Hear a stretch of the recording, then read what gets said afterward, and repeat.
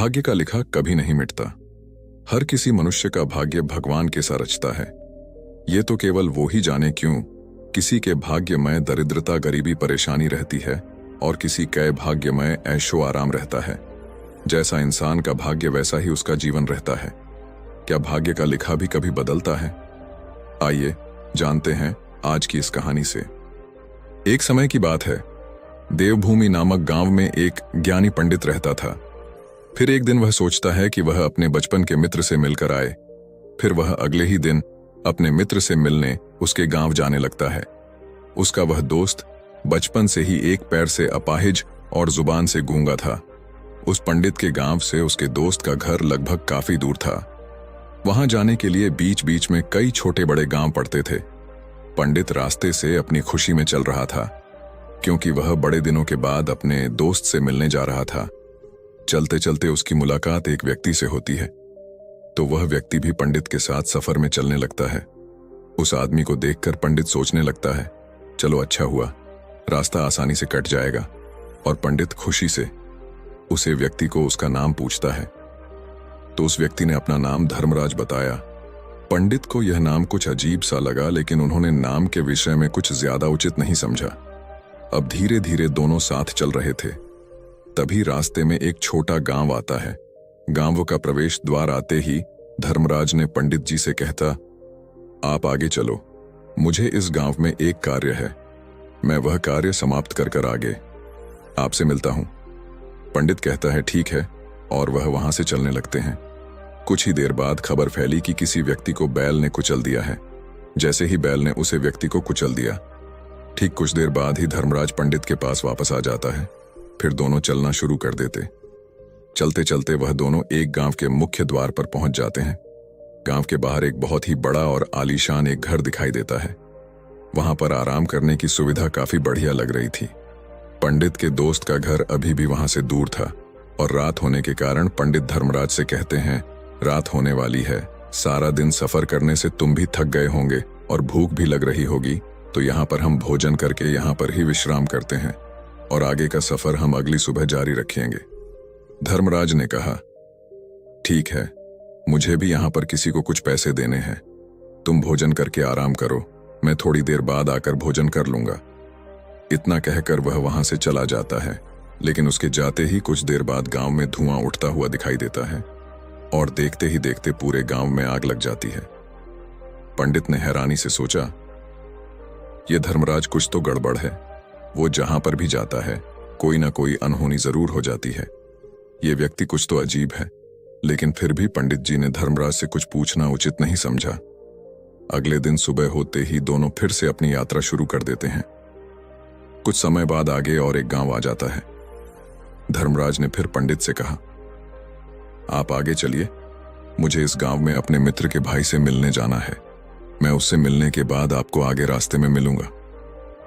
यह कहकर धर्मराज वहां से चला गया, लेकिन पंडित इस बार आगे नहीं गया। वह वहीं खड़ा होकर धर्मराज को देखने लगता है कि वह कहां पर जाता है और क्या करता है।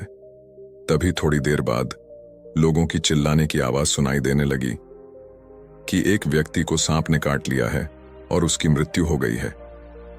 ठीक उसी समय धर्मराज फिर पंडित के पास पहुंच गया, लेकिन इस बार पंडित से रहा नहीं गया और उसने धर्मराज से पूछ लिया कि तुम जिस भी गांव में जाते हो वहां कोई ना कोई अनहोनी जरूर हो जाती है। क्या तुम मुझे बता सकते हो ऐसा क्यों हो रहा है? तब धर्मराज मुस्कुराते हुए पंडित जी से पूछने लगता है, आप तो मुझे बहुत ज्ञानी मालूम पड़े थे, इसलिए मैं आपके साथ चलने लगा था, क्योंकि ज्ञानियों का साथ बहुत अच्छा होता है। परंतु आप अभी तक नहीं समझ पाए कि मैं कौन हूं। पंडित ने कहा, मुझे पहले से ही शंका थी, तुम कोई आम व्यक्ति नहीं हो। अगर आप ही अपना परिचय देते तो मुझे आसानी हो जाएगी। तब धर्मराज ने जवाब दिया कि मैं लोगों के प्राण हरने वाला यमदूत हूं, और यमराज की आज्ञा से लोगों के प्राण हरण करता हूं, जिसकी उम्र पूरी हो चुकी है। पंडित को पहले से इस बात की आशंका थी, फिर भी धर्मराज के मुंह से बातें सुनकर पंडित जी कुछ क्षण के लिए घबरा गए, लेकिन फिर भी हिम्मत करके पूछते हैं कि अगर तुम सच में कोई यमदूत हो तो मुझे बताओ, अगली मृत्यु किसकी है? धर्मराज ने बड़ी सरलता से जवाब दिया कि अगली मृत्यु तुम्हारे उसी मित्र की है जिससे तुम मिलने जा रहे हो और तुम ही उसकी मृत्यु का कारण बनोगे। यह बातें सुनकर पंडित सहम गया और सोच में पड़ गया कि अगर सच में यह यमराज का भेजा हुआ दूत, तो उसकी बात भी सच होगी और उसके कारण मेरे बचपन के सबसे अच्छे मित्र की मृत्यु हो जाएगी, तो अच्छा ही होगा कि मैं उससे मिलने की बजाय वापस अपने घर चला जाऊं। कम से कम मैं अपने मित्र की मृत्यु का कारण तो नहीं बनूंगा। धर्मराज ने मुस्कुराते हुए कहा, तुम जो सोच रहे हो वह सब मुझे पता है, मगर तुम्हारे अपने मित्र से मिलने जाने से नियति नहीं बदल जाएगी। तुम्हारे मित्र की मृत्यु तो निश्चित है और वह आगे ही कुछ फलों में घटित होने वाली है।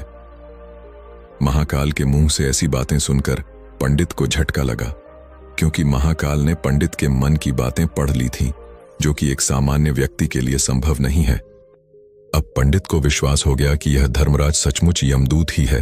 जब पंडित को यहां पूर्ण विश्वास हो गया कि धर्मराज सच में यमदूत है, तो वह घबरा गया। अपने मित्र की मृत्यु का कारण नहीं बनना चाहता था, इसीलिए वह पलटकर अपने गांव की तरफ वापस जाने लगा।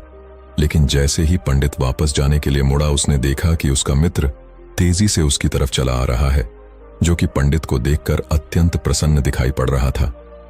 अपने मित्र के आने की गति को देखकर पंडित को ऐसा लगा कि जैसे उसका मित्र काफी देर से उसका ही पीछा कर रहा था, लेकिन वह बचपन से ही गूंगा है और पैर से भी लंगड़ा था, इसलिए ना तो वह पंडित को आवाज देकर रोक पाया था और ना ही उस तक पहुंच पा रहा था। लेकिन जैसे ही वह पंडित के पास पहुंचा, अचानक ही जमीन पर गिर पड़ा और उसकी मृत्यु हो गई। पंडित एकदम से हक्का बक्का होकर धर्मराज की ओर देखने लगा, जैसे कि वह पूछना चाह रहा हो, आखिर क्या हुआ। धर्मराज पंडित के मन में उठे हर प्रश्नों को समझ गया और बोला, तुम्हारे मित्र ने पिछले गांव में ही तुम्हें देख लिया था और मैं वहीं से ही तुम्हारा पीछा कर रहा था, लेकिन गूंगा और लंगड़ा होने की वजह से वहां तुम तक नहीं पहुंच पाया। उसने अपनी पूरी ताकत लगाकर तुम तक पहुंचाने का प्रयास किया, लेकिन बुढ़ापे में बचपन जैसी ताकत नहीं होती, इसलिए उसे दिल का दौरा पड़ गया और यही उसकी मृत्यु का कारण बन गया। वह तुमसे मिलने के लिए अपनी सीमाओं को तोड़कर तुम्हारे पीछे भाग रहा था, इसीलिए अपने मित्र की मृत्यु का कारण भी तुम ही कहलाओगे। अब पंडित को पूर्णतः विश्वास हो गया कि धर्मराज यमदूत है और उसका कार्य जीवों के प्राण हरण करना है। लेकिन पंडित एक समझदार व्यक्ति था। वह यह भी जानता था कि मृत्यु पर किसी का वश नहीं है, सबको एक ना एक दिन मरना ही है। यही सोचकर उसने अपने आप को संभाल लिया और अचानक ही पंडित के मन में अपने मृत्यु के बारे में पूछने की भी इच्छा हुई और धर्मराज से पूछने लगा कि जब मृत्यु मेरे दोस्त की होनी थी तो तुम मेरे साथ क्यों चल रहे थे। यह प्रश्न सुनकर धर्मराज जोर से हंस और बोला, मैं तो हर पल सभी के साथ चलता हूं, किंतु लोग पहचान नहीं पाते, क्योंकि लोगों के पास अपनी समस्याओं के अलावा किसी और व्यक्ति, वस्तु या घटना के बारे में सोचने के लिए समय होता ही नहीं है। पंडित ने कहा, तो क्या तुम यह बता सकते हो कि मेरी मृत्यु कब, कहां और कैसे होगी। महाकाल ने कहा, हालांकि किसी भी सामान्य जीवों के लिए अपने मृत्यु के बारे में जानना ठीक नहीं है, क्योंकि कोई भी जीव हो वह अपने मृत्यु के बारे में जानकर दुखी हो जाता है। तुम ज्ञानी व्यक्ति मालूम पड़ते हो और तुमने जिस तरीके से अपने मित्र की मृत्यु को सहन कर लिया है, उसे देखकर लगता है कि तुम अपनी मृत्यु के बारे में जानकर भी दुखी नहीं होगी। तो तुम्हारी मूर्ति आज से ठीक 6 महीने बाद आज के दिन किसी दूसरे राज्य में फांसी लगने से होगी, और सबसे हैरानी की बात तो यह होगी कि तुम स्वयं ही खुशी से उस फांसी को स्वीकार कर लोगे। इतना कहकर धर्मराज वहां से चला गया, क्योंकि अब धर्मराज के पास पंडित के साथ चलते रहने का कोई कारण नहीं था। इसके बाद पंडित ने अपने मित्र के शरीर का अंतिम संस्कार किया और उसके क्रियाकर्म करके अपने गांव वापस आ गया। लेकिन कोई व्यक्ति कितना भी ज्ञानी क्यों ना हो, अपनी मृत्यु के बारे में जानकर दुखी तो होता ही है और मृत्यु से बचने का कोई ना कोई उपाय भी खोजता है। तो पंडित भी इसी तरह बचने का उपाय सोचा। पंडित ने भी वही किया। क्योंकि पंडित विद्वान था, इसलिए उसकी पहचान उस राज्य के राजा तक थी। पंडित ने सोचा कि राजा के पास तो कई सारे ज्ञानी मंत्री हैं, वह मेरी मृत्यु से संबंधित समस्या का कोई ना कोई समाधान निकाल ही लेंगे। पंडित यही सोचता हुआ राज दरबार में पहुंच जाता है और राजा से सारी घटना के बारे में बताता है। राजा ने अपने मंत्रियों को सारी समस्या बताई और उनसे सलाह मांगी। अंत में सभी कितने विचार विमर्श करके कहा, अगर पंडित की बात सही है तो उसकी मृत्यु भी 6 महीने बाद ही होगी, लेकिन मृत्यु तो तब होगी जब वह किसी दूसरे राज्य में जाएगा। यदि वह किसी दूसरे राज्य में जाए ही ना तो मृत्यु नहीं होगी। मंत्रियों की सलाह राजा को भी सही लगी। इसके बाद पंडित ने रहने की सारी व्यवस्था महल में ही कर ली। राजा के आदेश के बिना उसे पंडित के किसी को भी नहीं मिलने दिया जाता था, लेकिन पंडित कहीं भी जा सकता था, ताकि पंडित को ना लगे कि वह राजा के कैद में है। परंतु पंडित डर के मारे स्वयं ही कहीं आता जाता नहीं था। धीरे धीरे महीने गुजर गए और पंडित की मृत्यु का समय नजदीक आने लगा, और अत्यंत वह भी दिन आ गया जिस दिन पंडित की मृत्यु होनी थी, तो उसे दिन पंडित की मृत्यु होनी थी। उसी रात पहले पंडित डर के मारे जल्दी सो गया, ताकि जल्दी से वह रात बीत जाए और अगला दिन आ जाए, ताकि मृत्यु टल सके। लेकिन पंडित को नींद में चलने की बीमारी थी, और अपनी बीमारी के बारे में वह स्वयं ही नहीं जानता। तो फिर राजा मंत्री या किसी वेद को इसके बारे में बताने का कोई प्रश्न ही नहीं उठाता। पंडित अपने मृत्यु को लेकर बहुत चिंतित था। वहां पिछले कई दिनों से ठीक से सो भी नहीं पा रहा था, और नींद में चलने की बीमारी भी तभी होती है जब व्यक्ति को ठीक से सो नहीं पा रहा हो। तो उसे रात भी पंडित को नींद में चलने का दौरा पड़ा। वह उठा और महल से निकलकर अस्तबल में गया, क्योंकि पंडित राजा का खास मानता। इसलिए कोई भी पहरेदार ने उसे नहीं रोका और न ही किसी तरह की कोई पूछताछ की। अस्तबल में पहुंचकर वह सबसे तेज चलने वाले घोड़े की पीठ पर सवार होकर नींद में ही अपने राज्य की सीमा से बाहर दूसरे पड़ोसी राज्य में चला गया। इतना ही नहीं, वहां दूसरे राज्य में जाकर राजा के महल में पहुंच गया। उसे महल के पहरेदारों ने भी नहीं रोका और ना ही पूछताछ की। सभी लोग रात्रि के अंतिम प्रहार होने के कारण गहरी नींद में थे। वह पंडित सीधे राजा के सैन्य कक्ष में पहुंच गया, और राजा रानी सो रहे थे। वहीं पर पंडित भी जाकर सो गया। सुबह हुई तो राजा ने पंडित को रानी के बगल में सोया हुआ देखा, तो वह बहुत क्रोधित हुआ। राजा ने पंडित को कैद करने का आदेश दिया। पंडित गिरफ्तार हो गया, लेकिन पंडित तो बहुत चक्का था। उसे तो कुछ समझ नहीं आ रहा था कि आखिर वह दूसरे राज्य में और राजा सैन्य में कैसे पहुंचा। लेकिन वह उसकी यह सब सुनने वाला कोई नहीं था। राजा ने पंडित को दरबार में पेश करने का आदेश दिया। कुछ देर बाद उसे पंडित को दरबार लाया गया। पंडित को देखते ही राजा इतना आग बबूला हो गया कि उसे फांसी पर चढ़ा देने का हुक्म सुना दिया। फांसी की सजा सुनकर पंडित कब गया, लेकिन फिर भी थोड़ी सी हिम्मत जताकर राजा से बोला, है महाराज, मैं नहीं जानता कि मैं राजमहल कैसे पहुंचा। मैं यह भी नहीं जानता कि आपके सामने कक्ष तक कैसे आए। आपके महल के किसी पहरेदार या सैनिक ने मुझे रोक क्यों नहीं। लेकिन इतना जरूर जानता हूं, आज मेरी मृत्यु होने वाली ही थी, जो आज होने जा रही है। राजा को यह बात थोड़ी अजीब लगी। उसने पंडित से पूछा, तुम्हें कैसे पता कि आज तुम्हारी मृत्यु होनी है। राजा के इस प्रश्न का जवाब में पंडित ने पिछले 6 महीने का सारा वाकया राजा को सुना दिया और बोला, महाराज, मेरा क्या, किसी भी सामान्य व्यक्ति का एहसास नहीं होगा कि राजा के सैन्य कक्षा में जाकर राजा की उपस्थिति में रानी के साथ सो जाए। राजा को पंडित की बात में थोड़ा तर्क दिखाई पड़ा, परंतु उसने सोचा कि यह मृत्यु से बचने के लिए धर्मराज और उसके द्वारा अपनी मृत्यु की भविष्यवाणी की कहानी बन रहा। हे राजा ने पंडित से कहा, यदि तुम्हारी बात सत्य है और आज तुम्हारे मृत्यु का दिन है, जैसा कि धर्मराज ने तुम्हें बताया था, आज तुम्हारे मृत्यु का कारण मैं नहीं बोलूंगा। लेकिन यदि तुम्हारी बात झूठी निकली तो निश्चित ही आज तुम्हारी मृत्यु का दिन होगा, क्योंकि जिस राज्य से पंडित आया था उसे राज्य का राजा इस राजा का मित्र था। इसीलिए राजा ने तुरंत अपने सैनिकों को पड़ोसी राजा के पास भेजकर पंडित की बात की सत्यता का प्रमाण मांगा। भेजे गए सैनिक शाम तक लौटे और उन्होंने राजा को बताया कि महाराज, पंडित जो कुछ भी कह रहा है और सब सत्य है।